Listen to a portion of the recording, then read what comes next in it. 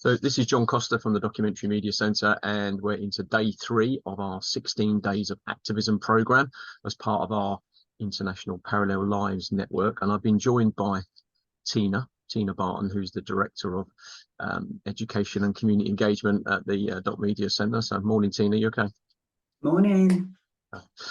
Thanks for joining us. I want to talk briefly about children's mental health and wellbeing, children and young people, and also something that we're doing in support of the NHS here locally in Leicester, Leicestershire and Rutland, with 2 pop-up shops, potential pop-up shops in shopping centres and maybe some other venues as well, as we're organising it in February half term next year. So the consultation that we're supporting starts today, 27th of November, and runs through the 3rd of March, and obviously includes half term. And I know we've done quite a lot of pop-up shops in the past, haven't we, with graphic facilitation, drawing on your skill set to be able to create these. So I just wondered why why you felt it was something that we could engage with, maybe, and what we can actually bring to it.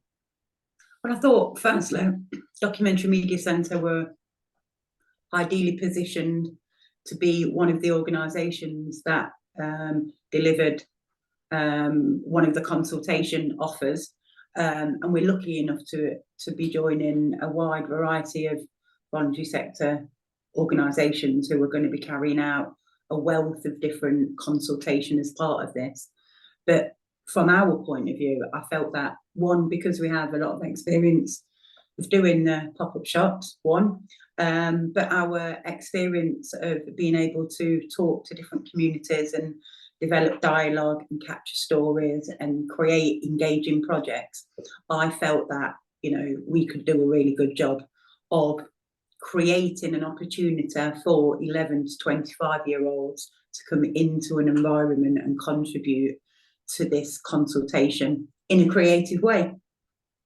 So you've just kind of touched on the graphic facilitation, and you know that I'm not a huge fan of getting people to sit on chairs filling out ticking boxes forms or that kind of way of gathering information and feedback from just the general public can be quite difficult.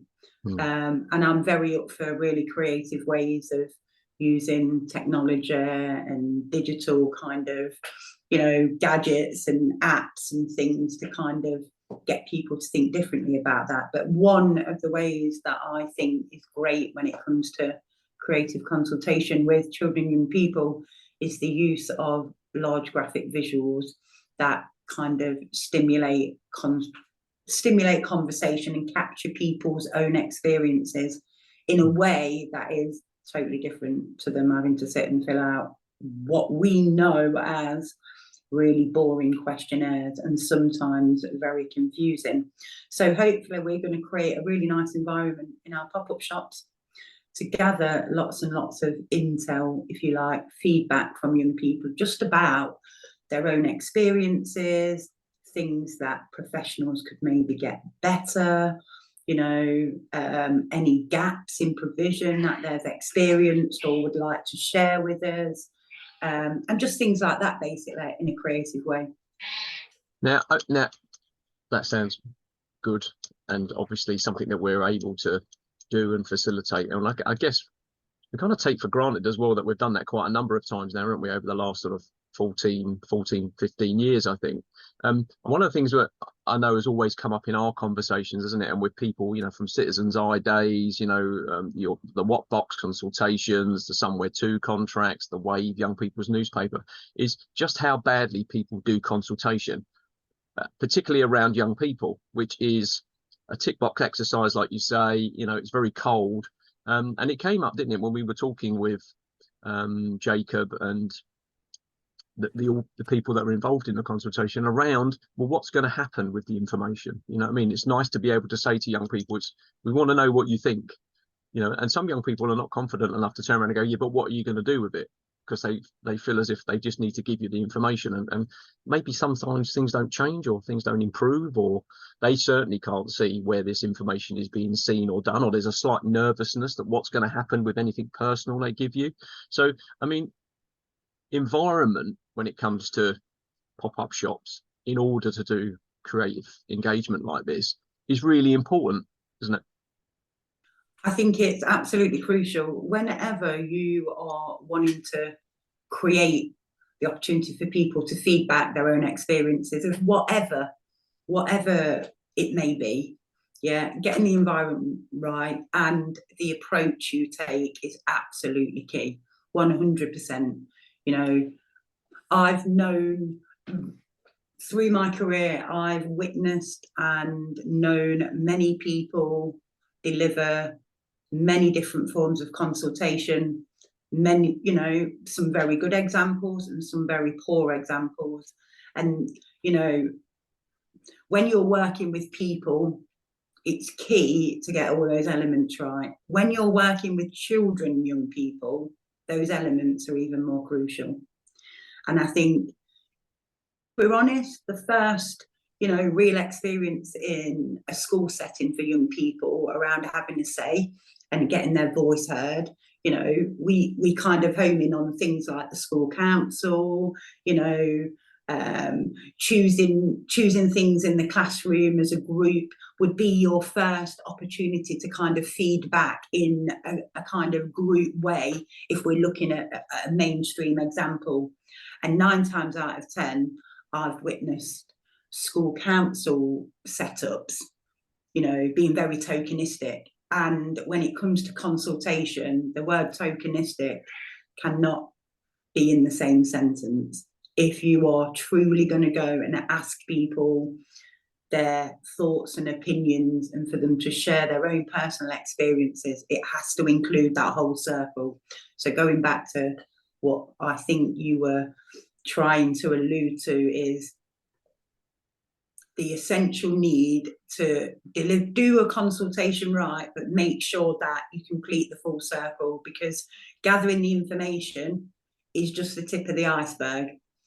Packaging all that information up, putting it on the laps of the right people who can do something with it, and then going back to those very same people and telling them what you've done or what's happened as a result of their engagement is crucial. And that's where a lot of consultations just fall down. So that's why I'm really excited that Documentary Media Centre is a part of this consultation project. I think we have a really good cohort of grassroots organisations that have their fingers on the pulse when it comes to working with children and young people, and the whole umbrella of mental health and well-being. So I'm really excited to see how all the organisations carry out their consultations, and all of that data is given back. And we know we've got a really great consultant who's working alongside researcher to kind of bring all the data together and make sure that we can build a really strong picture from the people that we're having dialogue with to actually create this ongoing change and this opportunity to hopefully continue this dialogue on a regular basis to ensure that children and young people are at the heart of shaping future strategies and future offers from the NHS when it actually comes to services for them. Right. Now, I remember the Twycross Zoo event that you facilitated back in the day when it comes to the future of nursing, and actually it wasn't getting the engagement from the young people, or even what the young people thought, or even, you know, some very strong opinions as well about, you know, what the future of nursing should look like.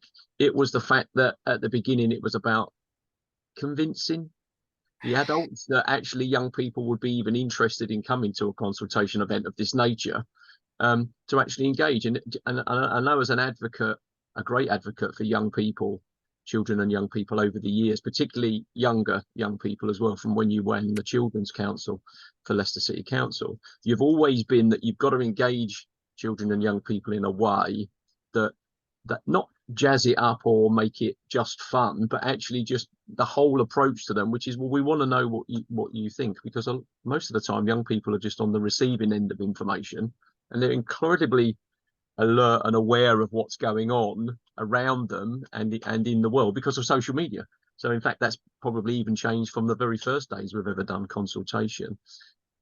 Engaging them in the shop. I mean, we need to engage with about 200 children and young people between 11 and 25, and family members as well, which I thought was really good. And this was one thing that attracted us to the consultation, wasn't it, really, that it was family members as well around the children and young people. Do you think creating an environment in something like a shopping centre to engage in that, away from maybe structured groups or organisations that they may or may not be involved in, is a good idea? It's a fantastic way to engage with people, and I'm a big fan when it's done right. Public places, retail environments, pop-up shops give people a unique opportunity to engage. And you're right, if I'm honest, historically, I've met lots and lots and lots of organisations, professionals, senior professionals in particular, and let's be honest, 9 times out of 10, it can be very easy to assume that we have the answers, that adults know what's best. And it's very, very easy to just assume that teenagers do not care about, certain things. They're too busy, they're off in their own world.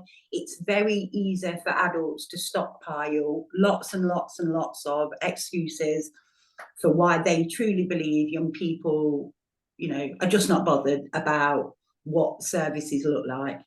My experience is that is not true. It is only true when people don't have the right level of skills to engage with those young people, have a level of fear, or have not had any training, and that is a massive area. We could talk about that all day long. People having the necessary skills to be able to open up dialogue with people and put that time and effort. It's not easy work, and I think historically people feel that working with young people can be seen as easy work. It is not. And I think having the opportunity to just understand what it is you want to get from young people and coming up with different approaches to do that is so beneficial. When you get those elements right, the outcome, the success of what you're doing is off the chart. And 9 times out of 10, people can't believe that you've actually gathered that information from that particular community or that particular cohort of individuals, because they're seen as not bothered or non-engagers or hard to reach. Over throughout my career, I've seen so many terms and so many almost categories that these particular people are put into.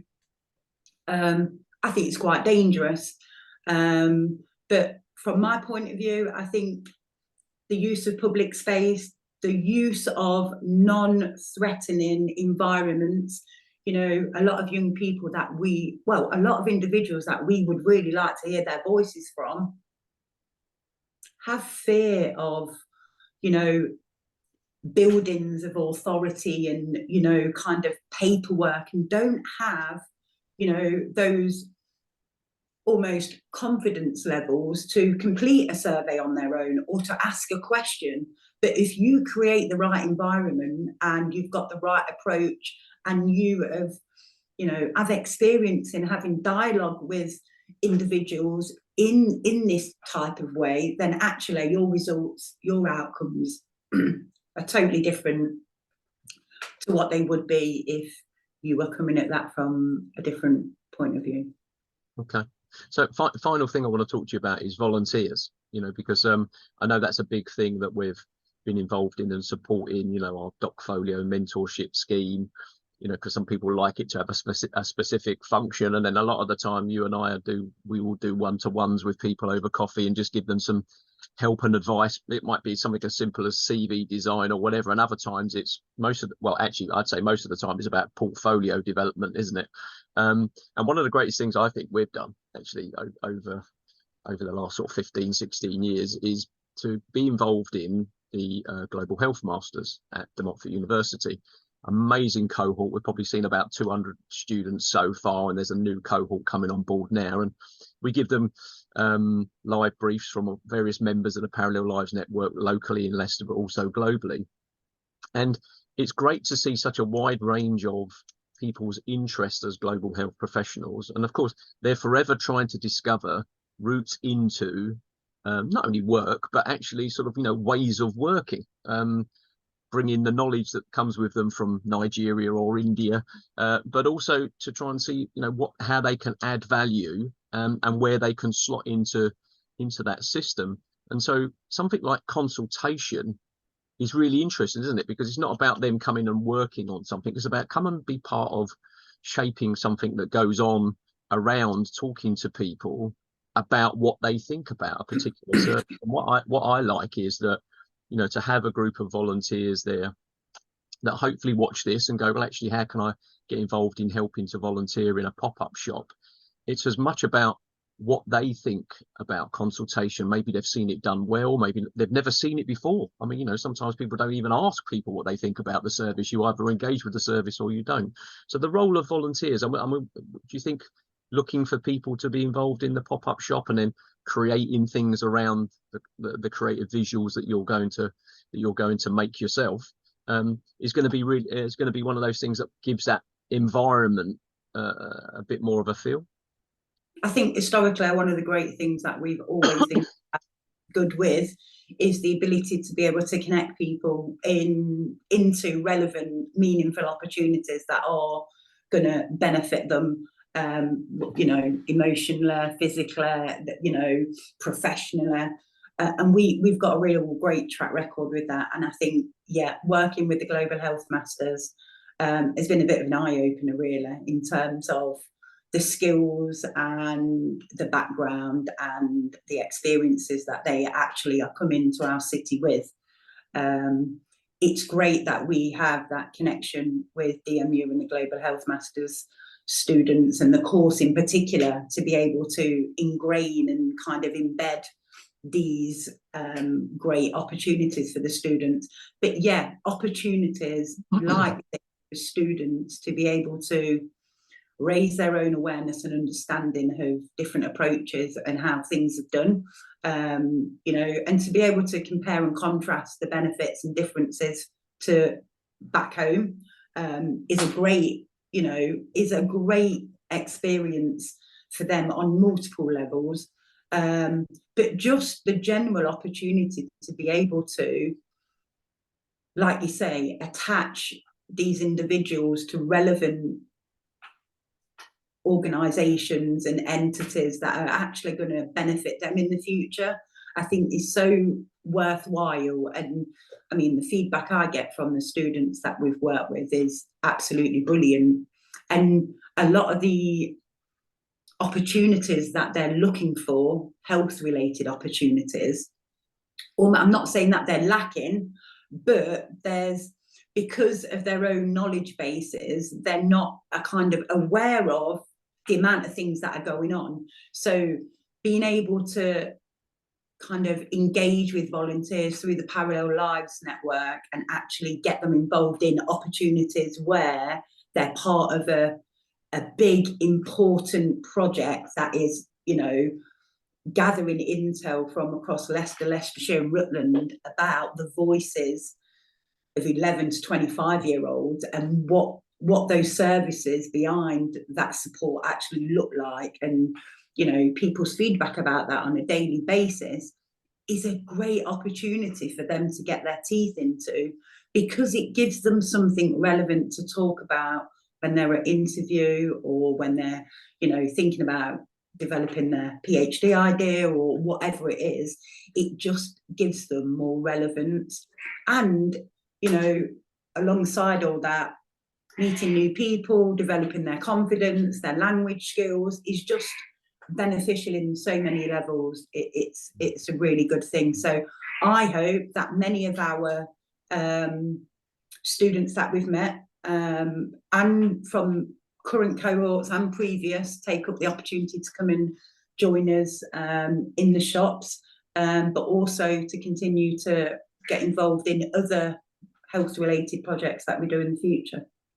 Yeah, and I think also post-COVID as well, it's really good, isn't it, to be involved in something where, you know, we're getting to see information that says, you know, there's directories being made or upgraded or, you know, being refreshed around children and young people's services, because again, that sort of COVID, post-COVID impact on education and children's and young people's and families as well, which I think is why it's important they're included this time, engagement in support services and getting the right service at the right time and being able to find the information. It's great to be part of small cog in doing something about that, and hopefully this will be an interesting way for people to engage with the consultation.